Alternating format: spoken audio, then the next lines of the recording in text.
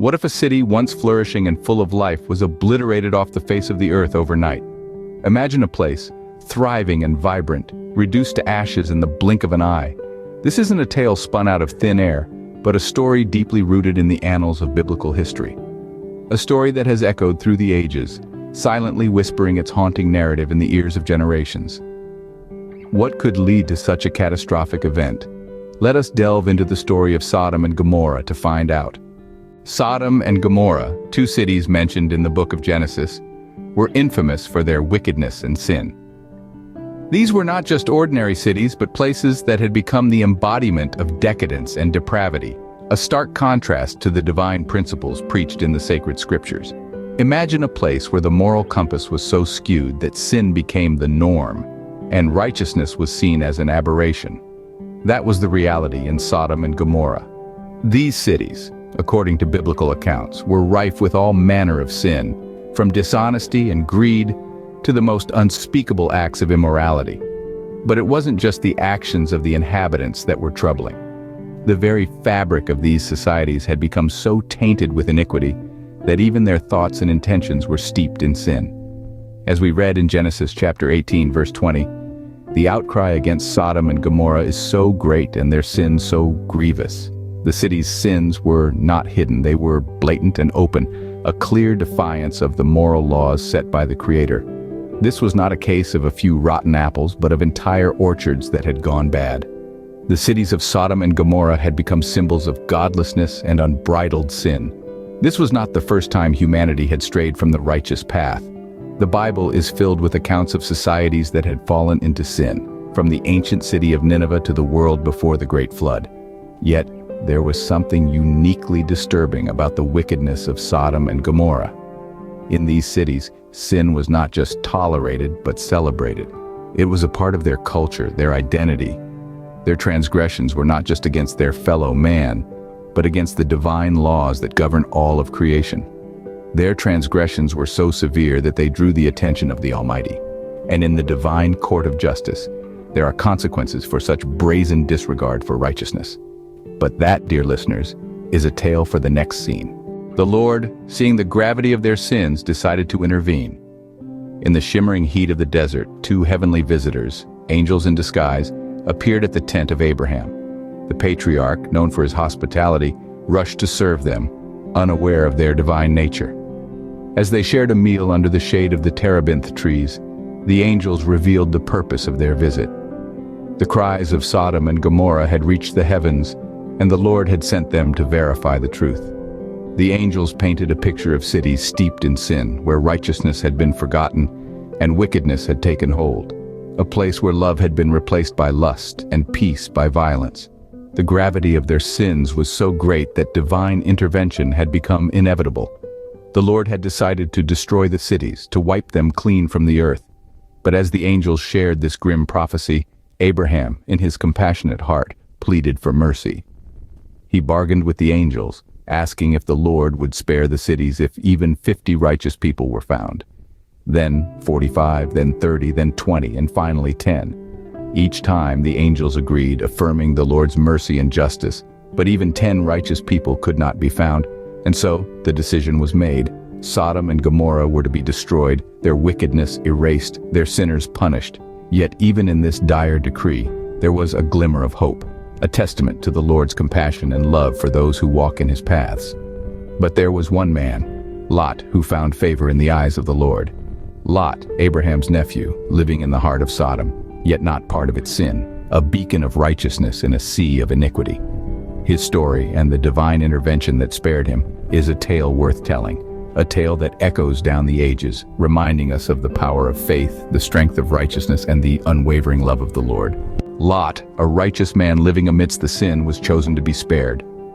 In the midst of the moral decay, Lot's virtue shone like a beacon, attracting divine mercy. Heaven had plans to save him and his family from the impending catastrophe. The angels of the Lord, in their celestial wisdom, knew the hour of destruction was nigh. They came to Lot, their ethereal presence a stark contrast to the corruption around them. They carried a warning, a chance for Lot and his family to escape the wrath that was to consume the cities of Sodom and Gomorrah. "Escape for your life!" they implored. "Do not look back nor stay anywhere in the valley. Escape to the mountains lest you be swept away." It was a stern warning, laced with a sense of urgency and desperation. The angels knew the magnitude of the devastation that was about to unfold. Lot and his family were urged to flee, to run as fast as their legs could carry them, to not pause for breath, to not look back. The looking back was not just a physical act, but a metaphorical one as well. It represented attachment, a longing for the life they were leaving behind. The angels knew that to survive, Lot and his family needed to sever all ties with their past, with the sin-ridden cities they called home. And so they ran, fleeing from the impending doom, their hearts pounding, their breaths ragged. They ran with the weight of the warning heavy on their shoulders, with the fear of what lay behind them, propelling them forward. But Lot's wife succumbed to curiosity, turning back and meeting a tragic fate. A simple act of turning around, but one that held such consequence. Her longing gaze towards their past, towards the cities they were leaving behind, sealed her fate. She turned into a pillar of salt, a stark reminder of the cost of disobedience, a tragic monument to the devastation that befell Sodom and Gomorrah. The dawn brought with it a divine wrath like none other. As the first rays of sunlight pierced the morning sky, a cataclysmic event of biblical proportions was about to unfold. Sodom and Gomorrah, the two cities infamous for their sin, were set to face their reckoning. It was a moment of divine intervention, a moment that would forever be etched in the annals of time. Imagine, if you will, the skies darkened by ominous clouds, the thunderous roars echoing through the air, the ground trembling underfoot. From these clouds, a rain unlike any other descended upon the two doomed cities.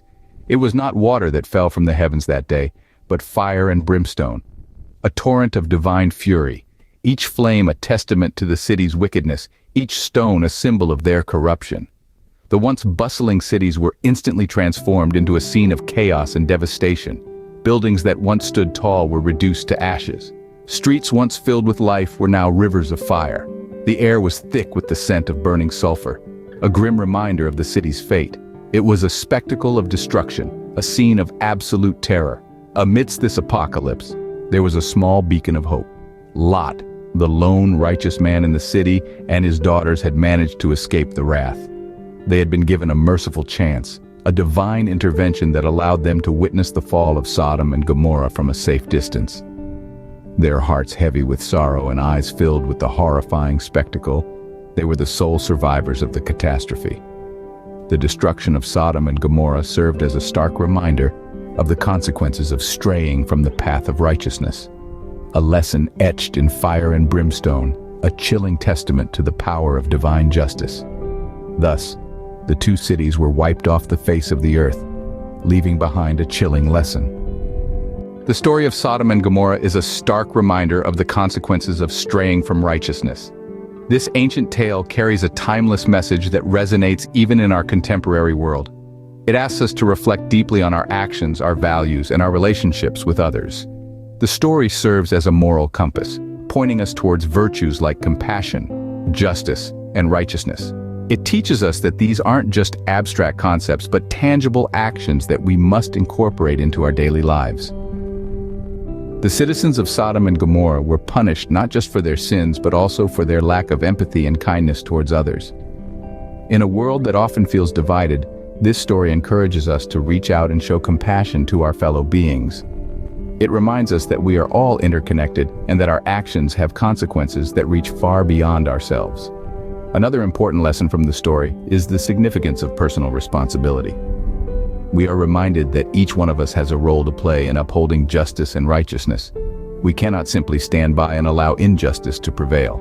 Like Lot, we must make the difficult choices and stand up against wrongdoing, even when it's uncomfortable or inconvenient.